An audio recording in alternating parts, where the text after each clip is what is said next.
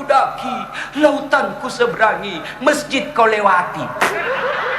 Ile tanyo bener, amai tanyo bener, gure tanyo bener, nggak selamat dunia akhirat. Udah, lanjut kisah.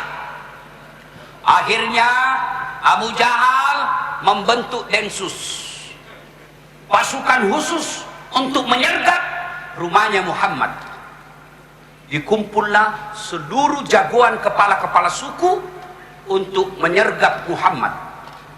Nabi ternyata tahu bahwa akan ada penyergapan sebentar malam. Dari siapa?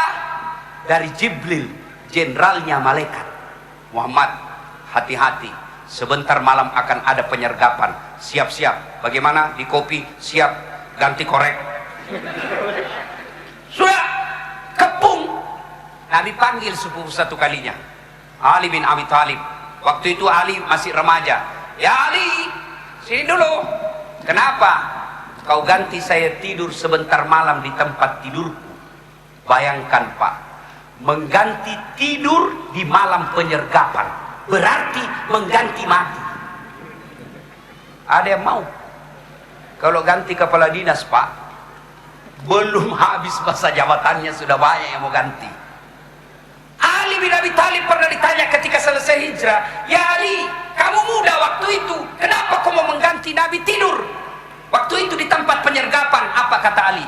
Kalau yang mati pada saat itu Ali bin Abi Thalib, hanya satu yang mati, anaknya Abi Thalib. Tapi kalau Muhammad yang wafat pada malam itu, maka cahaya kebenaran akan hilang di dunia. Lebih baik saya yang mati daripada cahaya kebenaran. Mantap, ini namanya pemuda Pak, bukan pemuda galau. Ditinggal ceweknya stres. Rasanya saya sudah tidak bisa hidup Ustaz. Dongo.